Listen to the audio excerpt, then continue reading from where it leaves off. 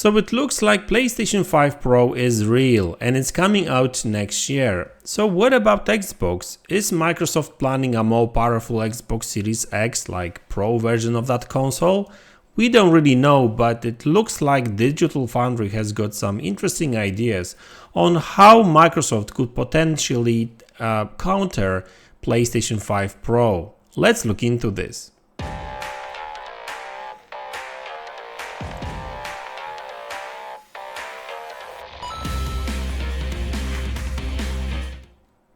Hey guys, welcome back to the channel. So yesterday I reported on Tom Henderson's report article about PlayStation 5 Pro and its specs. Now he released very early specs and just tiny bit of it really.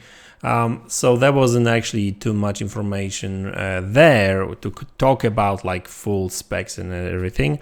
But the reason I'm making this video today is to talk about how Microsoft could potentially tackle it, because I know that some people will tell me, oh MaDz, but Phil Spencer already said that they don't plan, that there's no plans for more powerful Xbox Series X. Well, I don't necessarily agree with that, because Phil Spencer never said that. What he did say was that, well, the feedback they are getting right now is that such a console is not needed, but right now. And I don't blame him, because like you don't want to advertise a new console when you still want to sell Xbox Series S and X, right? And now you're going to announce more powerful console. Makes no sense, right?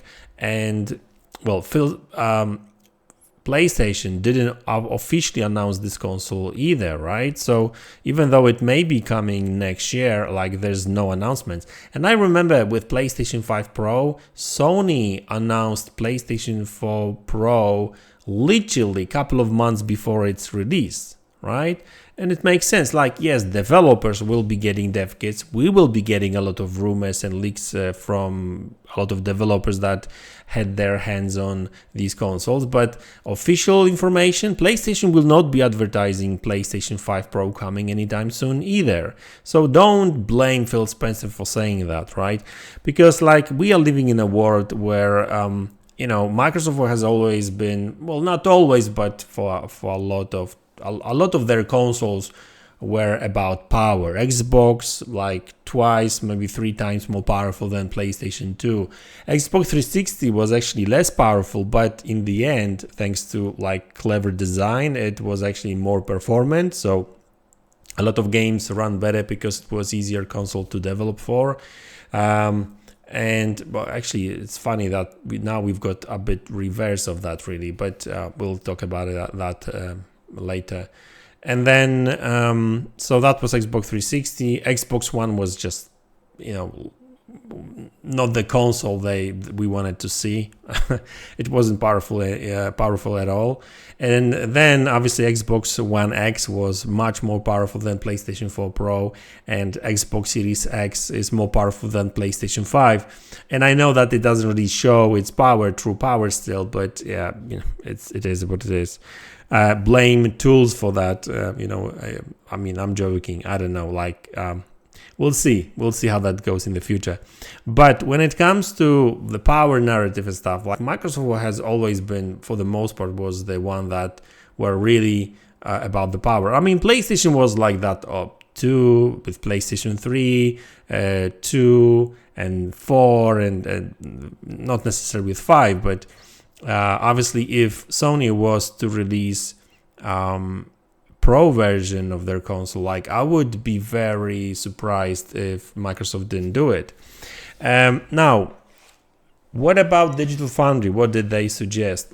Because the big difference between PlayStation and Xbox this generation is that Xbox has got 2 consoles on the market already. Right, so for developers, having another one would be a little bit complicated. Like it would just add more to it, right? So I bet that developers won't be happy with Pro either, because that's yet another console to optimize. But it all depends on how they're going to build it, because if they will just I mean, they can't really overclock it because it's clocked at very high clock speeds anyway. But going by the information we got from yesterday's leak and Tom Henderson, looks like they will add way more compute units for PlayStation 5 Pro chip, and obviously run it at a little bit higher clock speeds, and add faster RAM and stuff, right? So that should be enough for more powerful console, I guess. But what about Xbox? Like, clearly developers won't be happy with another console, like 3 consoles to support. Yes, it's doable, but it will cost more money, and one of these consoles will suffer for sure, like Xbox Series S most likely. But Digital Foundry, Richard Ledbetter of Digital Foundry actually came up with a very interesting idea, because they basically said that they could just basically overclock it. And I know it sounds easy and everything, but it's actually pretty interesting idea, because basically right now Xbox Series X is clocked at a very conservative clock speeds. Now obviously they did that for a reason, because they've built bigger chip. So if they were to run Xbox Series X chip at, for example, similar clocks as PlayStation 5, like 2 gigahertz or like 2.2 gigahertz, well, that would generate a lot of heat. Console would have to be bigger. I'm not even sure if running such a big chip at such a clock speed would be actually even possible. I mean, even PlayStation 5 is using variable clock speeds, because they reduce the amount of energy going, like, in power used for the chip, right? So clearly that would be even more difficult with a bigger chip. But I still think that they could up the clocks a little bit. But obviously that means that it would draw more power from the socket, and a power plug that would generate more heat, so that they would have to add bigger power brick. That same way goes for heating, and not heating, but heat dissipation and cooling system and stuff, right? So that's why they went with these clocks. But if they were to use some other node, so right now they are using 7 nanometers, but if they were to go to like 3 nanometers, I mean, that would change, because the efficiency of the chip on a small node would increase, so they could use pretty much the same chip. They would not have to change anything. The chip would be smaller, but it would be pretty much the same when it comes to design. So like feature wise, and the way that you develop for it would be literally the same. The only difference would be clock speeds, because having such a chip at a smaller node would be smaller. It would take less energy from the socket, and produce less heat. So that means that yes, you can clock it higher, and then put it into the console. Now I think that with more power they would have to do something with memory system. I mean, the memory system would probably stay the same, but if we follow what Digital Foundry suggested, they could potentially just use faster GDDR6 chips. Like I don't know what they're using right now for Xbox, but they could probably go with faster ones. And so literally from developers' perspective, that wouldn't really change much. I mean, you would just get a faster Xbox Series X, right? With unlocked clocks, like higher clock speeds. So like everything you do for Xbox Series X would pretty much work straight away on that console. And because of the fact that games currently have different options, have resolution and performance mode, they are very scalable automatically. So for example,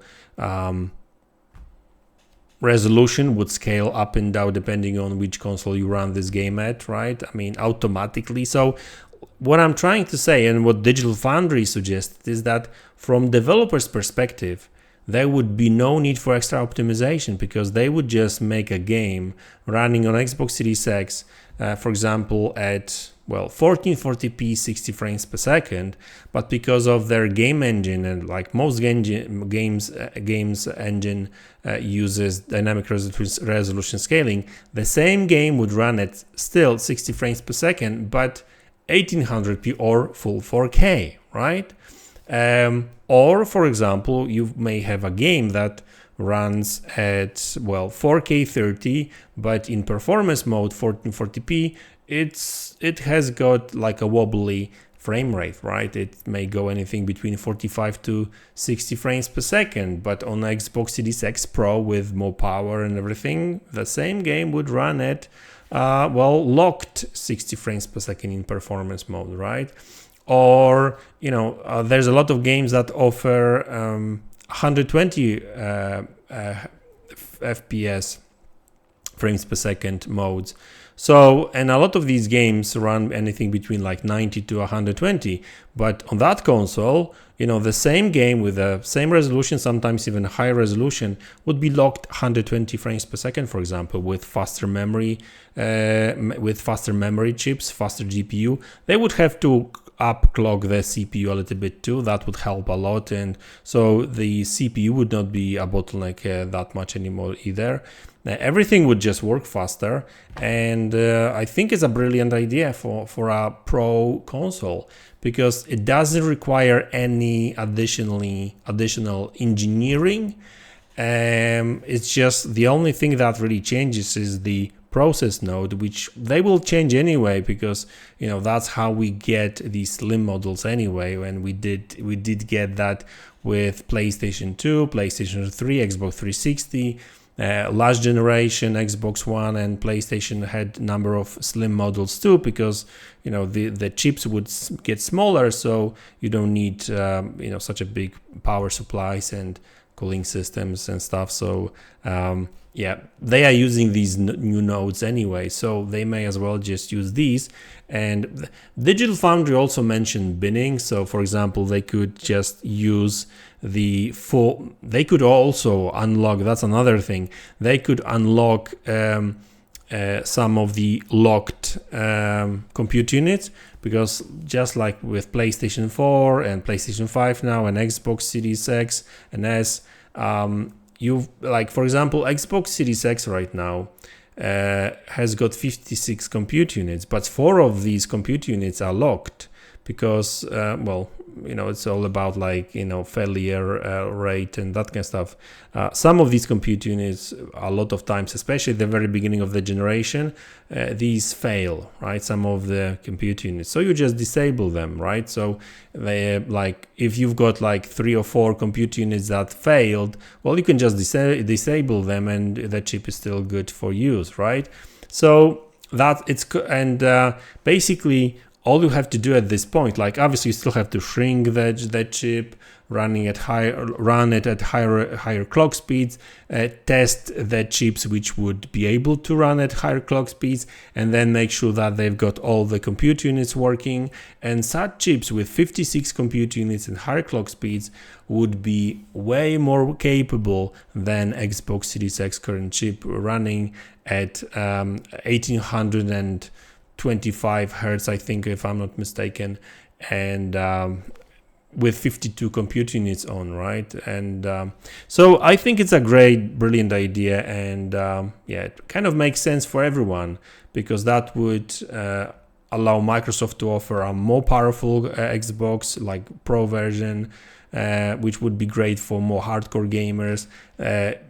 It would not be a bad news for developers, because they would just develop games. They could basically just ignore Xbox Series X Pro, because like I said, because their game engines are pretty much automatic and very scalable, dynamic resolution scaling, different performance modes, so they wouldn't really have to do anything anyway, unless they wanted to. But really, every single bit of feature and architecture would be pretty much the same. So they would, like, the optimization made for Xbox Series S and X would work on that console too, right? No need for new tools and everything, right? So it's a very simple but very brilliant idea, in my opinion. Whether or not it's that's what Microsoft, whether or not it's something that Microsoft is actually considering, I don't know. Like, it might be just Digital Foundry idea. Whether they've heard some rumors about it or not, that's another story. But anyway, guys, like, I would be very surprised if Microsoft didn't do anything about it, if they didn't tackle PlayStation 5 Pro existence. Yeah, that wouldn't look good for Microsoft when it comes to PR.